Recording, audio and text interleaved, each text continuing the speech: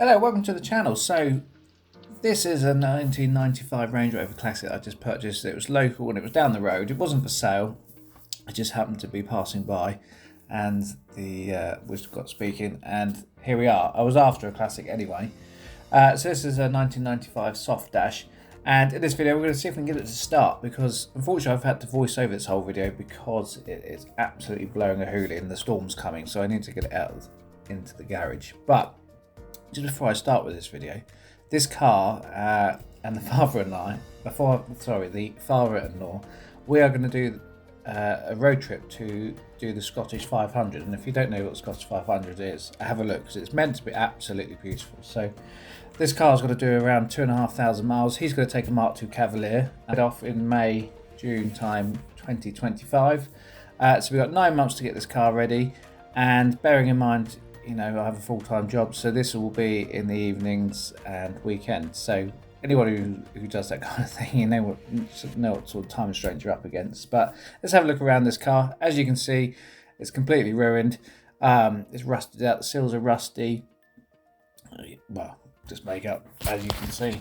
I think the wiring is all over the place because obviously it hasn't started. So I think someone's tried to get it to start, and unfortunately they haven't succeeded, but all the relays have fallen out. So this video is just about getting this started and getting it into the dry, and then we can work on it throughout the year. So hope you enjoy, and here we go. So I think we'll start with getting the fuel. So it comes with a new fuel pump. Okay, not a good sign it's not in. So I think that's before we do anything further, let's get this car emptied out, shall we? There's carpet, there's crap everywhere, so let's get this all emptied out and then we can see what we're left with, shall we? So we've got 4 alloy wheels with absolutely knackered tyres, completely cracked. Not even got any air in them anymore. Someone's had a go at this, but you can see all the rust on the tailgate and the floor. I mean, the tailgate's not actually attached anymore, so let's see what's underneath this, but it's not looking good. Okay, that's the tank, which is completely dry, which is fine. I've got me one of those. Too long. Ow! Fuck! My fucking head.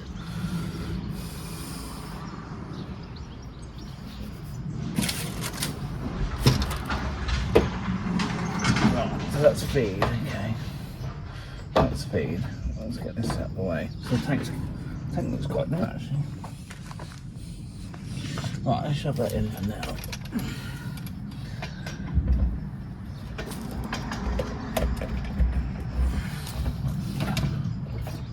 Stop any more shit getting in it. Which way does this seal go?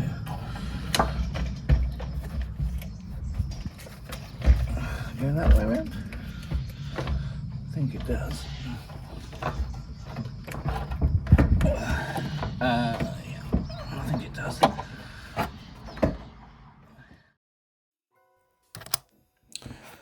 So rather than me swearing away, so what I'm going to do is I'm just figuring out. So I'm going to put the tank back, the in-tank fuel pump back in the tank. Not to use, but to mainly stop things falling in it any further. And I'm going to connect the return pipe back into the pump. So anything that I pump into the injection well will come straight back into the fuel tank, so I can clean it later on. So what I'm going to do here is I'm going to connect a sort of 12-volt transfer pump, just a cheapie off eBay. And then I'm going to connect that to some sort of petrol can or something, so it will feed directly up to the fuel rail, nice fresh fuel, but return it to the tank.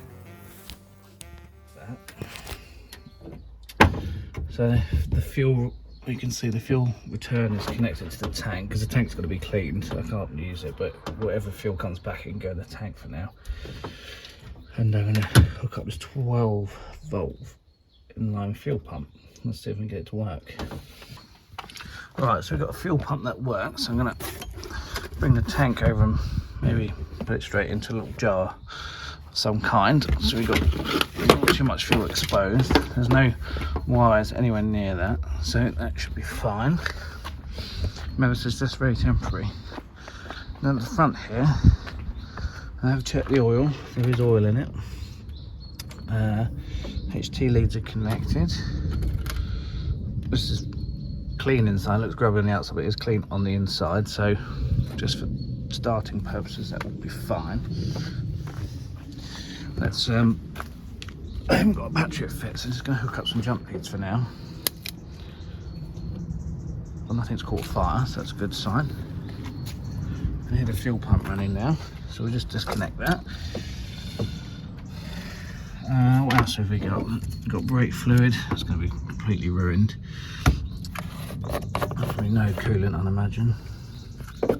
Oh no, there's half. Yeah, looks quite green. The engine's free, I've been told, apparently, so we'll see about that. The oil does look a bit grim, but it'd be enough to get it started. So what else do we need to check? This one's the model with the brake accumulator. So we'll see if that builds pressure. We've got power steering fluid, so we don't burn the pump out. No, that's completely empty. And I suspect that's why there's a bottle of power steering fluid there. So we'll have to top that up. So we've got oil. It's a bit manky, but we do have oil. So as soon as it starts, I will change that. The leads are free. I'm not going to do too much cleaning at this stage. I just want to see if it starts. I need to move it. I'm getting told off. So let's see. So sat for 2000 since 2014. Let's see if it starts. Well, cranks, sorry. Cranks. Let's see if it cranks.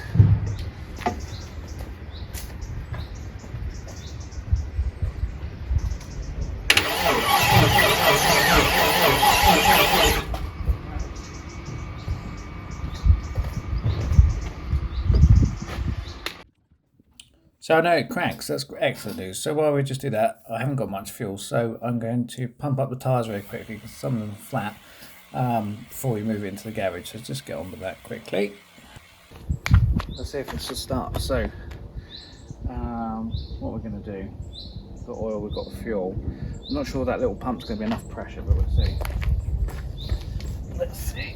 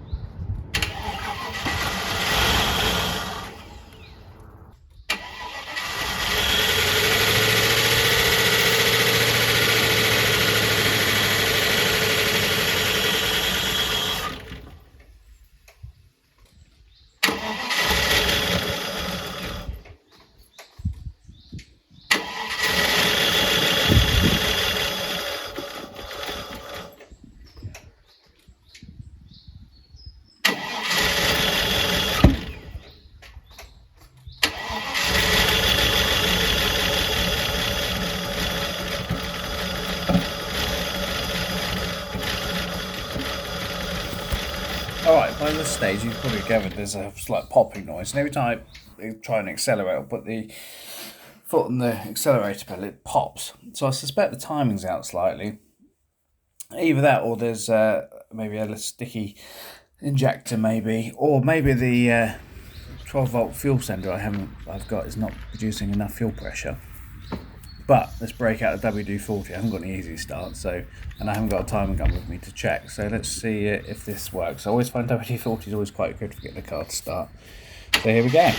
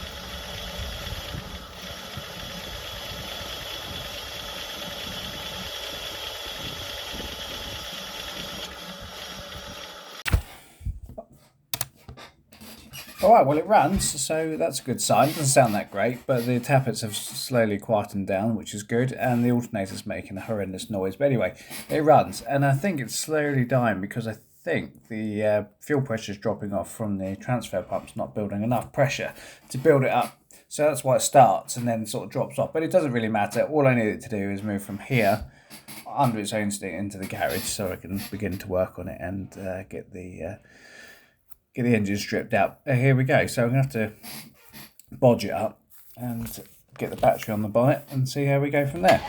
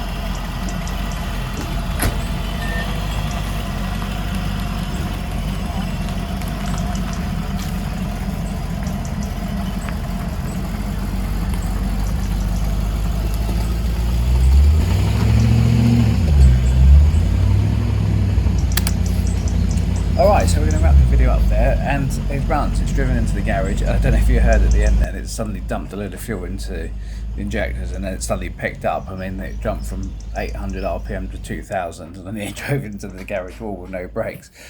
So I'm not sure what's going on there. So thank you very much for watching. As I say, we're going to look at the next videos, as you can see in the title. So we're going to try and get this car to run nicely. I mean, the engine's ruined as it is. It's a high mile. It needs to come out for a rebuild. So I'm going to do that. But it'd be nice to see if we can get it running as it is, and just see how bad it actually is. So join me next time. I'm going to see if we can get this car running. We'll get the timing in, get the fuel pump back in, and get it running as it should be. So thanks for watching.